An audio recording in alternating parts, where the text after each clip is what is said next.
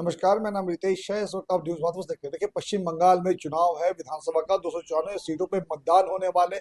एक तरफ शुभेंदु अधिकारी, एक तरफ ममता दीदी की जो लड़ाई है वो काफी चर्चों में है। हालांकि केंद्र में जो बीजेपी की सरकार है, किसी तरह वो बीजेपी भी चाह रही है कि पिछले 15 साल से जिस तरीके से टीएमसी 15 साल से जो है बंगाल में राज कर रही है, और गुंडागर्दी के जो राज है उसको समाप्त किया जाए, क्योंकि जनता को काफी परेशानियां हो रही है। यही ऐसी योजना है जो केंद्र में लागू है। मैं आपको बता दूं कि प्रधानमंत्री आवास योजना को लेकर भी कई यहाँ पे शिकायतें आ चुकी हैं कि जनता से अवैध वसूली की जाती है और उन्हें वो जो सुविधा है वो नहीं दी जाती। इस वक्त हमारे साथ जो है दादा है, बीजेपी से प्रत्याशी है पतासपुर से। दादा, जनता के बीच जा रहे दादा, काफी अपार समर्थन मिल रहा है। इतने रात में आपने समय दिया, सबसे पहले उसके लिए दादा धन्यवाद। युवा, महिला, बुजुर्ग सभी लोग दादा आपके पीछे प्यार बरसा रहे हैं, आशीर्वाद दे रहे हैं। कैसा लग रहा है दादा?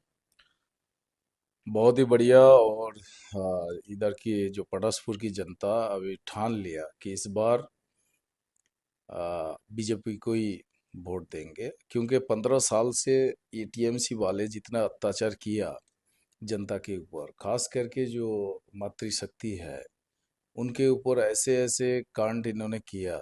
और कई युवा अभी भी घर से बाहर है, वो घर में आ नहीं पाता, क्योंकि इतना डर इनकी संतरास बना के रखा हुआ है।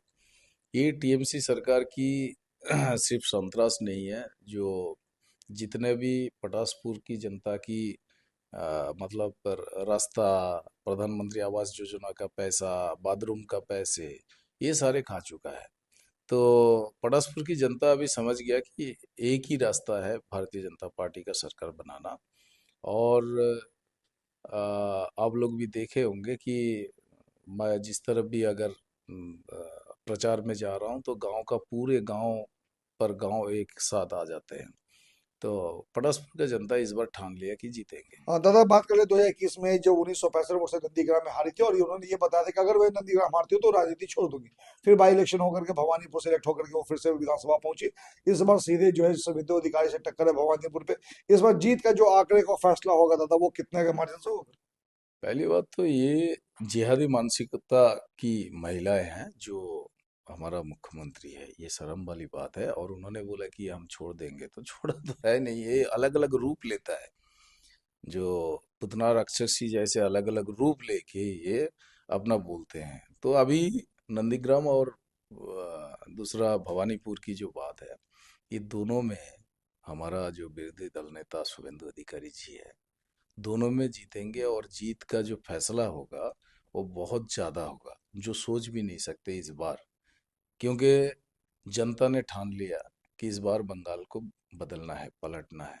दूसरी चीज है, नंदीग्राम में भी एसआईआर के दौरान, एसआईआर के वजह से वोट काफी निकल गया। और भवानीपुर में तो आपको पता ही होगा कि 51,000, सोच से बाहर है दादा, फिफ्टी। अगर बात करें पूरे बंगाल में तो 90 लाख शहर के माध्यम से वोटर्स को सूची से बाहर किया गया है। ये वोटर्स, कहा जा रहा है कि ये वही वोटर थे जो रोहिंग्या थे, जो ममता दी के वोटर थे, जिन्हें आज हटाने के लिए दीदी ने न्यायालय का दरवाजा खटखटाने की कोई कोशिश। एकदम, आपको तो पता ही होगा कि ये मतलब महाभारत के भी क्रॉस करके और आगे चला गया।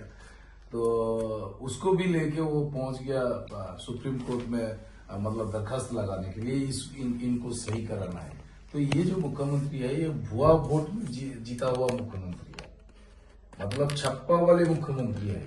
साथ में ये सिर्फ मुख्यमंत्री नहीं है, इनकी पूरे जो मंत्रिमंडली है, ये पूरे छप्पा वाले मंत्रिमंडली है। तो इस बार इलेक्शन कमीशन को मैं धन्यवाद देना लेकिन दादा, चाहता हूँ। इलेक्शन कमीशन के ऊपर भी उंगली उठा रही है ज्ञानेश कुमार के ऊपर। नहीं, वो मतलब तो उठाएगा, उसको तकलीफ होगा तो उठाएगा ना। उसको तकलीफ है, बहुत तकलीफ है।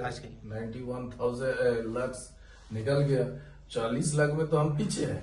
इस बार 24 में 40 लाख वोटों से हम पीछे है। वो ज्यादा उसको मिला हुआ 40 लाख, तो 91 लाख तो निकल गया। तो 51 लाख तो हम प्लस में रह गए। तो तकलीफ तो यहाँ है उसको। चाहे गणेश कुमार को गाली देंगे, उनको उल्टा सीधा बोलेंगे, संविधान को गाली देंगे, भारत की सेना को गाली देंगे, सिंदूर क्यों नाम रखा, ऐसे ऐसे क्वेश्चन इस ममता बनर्जी को। भगवान इसको ले जाए भाई। आप लोग इस बार, हम लोग बंगाल से उनको निकाल देंगे। जरूरत पड़े तो आप लोग उधर कहीं और लेके उधर शिफ्ट कर देना, नहीं तो हम इधर जेल में डाल देंगे। दादा 23 अप्रैल और 29 अप्रैल को वोट होने वाले हैं, जनता को क्या मैसेज देंगे?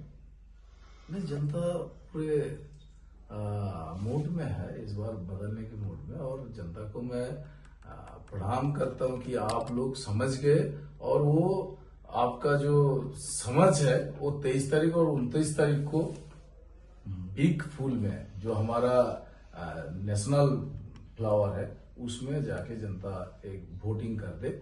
एक बार आप बंगाल की जनता को मैं आग्रह करूंगा कि एक बार बड़े पद्म फूल में आप वोट दीजिए, बंगाल पूरे सोनार बंगला बनेगा। माननीय प्रधानमंत्री नरेंद्र मोदी जी ये गारंटी लिया हुआ है कि सोनार बंगला बनाने का, मोदी जी गारंटी लिया, इससे बड़ा क्या बात है। विश्व की सर्वश्रेष्ठ नेता, भगवान श्री राम की भेजा हुआ बरपुत्र, वो अगर गारंटी ले ले, बंगाल को किसी ने रोक नहीं सकता, पीछे नहीं छुड़ा सकता। इस बार विकसित भारत के साथ साथ विकसित पश्चिम बंगाल बनेगा। तो हमने सुना ये थे पतासपुर से बीजेपी कैंडिडेट, दादा ने साफ तौर से कह दिया कि जिस तरह से पतासपुर ये घूम रहे जान रहे, जनता का जो दुख देख रहे हैं, इससे जीतने के बाद सबसे पहले उन सभी दुखों को जो पिछले 5 वर्षों में जनता ने जूझा है, जिससे वो जनता दादा के पास अपील के उसे ये सुलझाएगा। और दूसरी बात है कि इनका ये दावा है कि जैसे ही बीजेपी सरकार जैसे बंगाल में बनती है, तो डबल इंजन की सरकार जो तेजी रफ्तार से बंगाल को कई गुना आगे लेके जाएगी। और सोनार बांग्ला का जो दावा दादा बता रहे हैं, क्योंकि श्रीमान प्रधानमंत्री माननीय प्रधानमंत्री ने जो स्पष्ट बताया है कि बांग्ला को इस बार सोनार बांग्ला बनाएंगे, तो दादा हमें भी शुभकामना है कि जीत करके इस बार विधानसभा पहुंचे और बीजेपी की यहाँ संस्कार हो। तो फिलहाल इतना ही। तमाम खबरों में मैं तो सुनूं पतासपुर।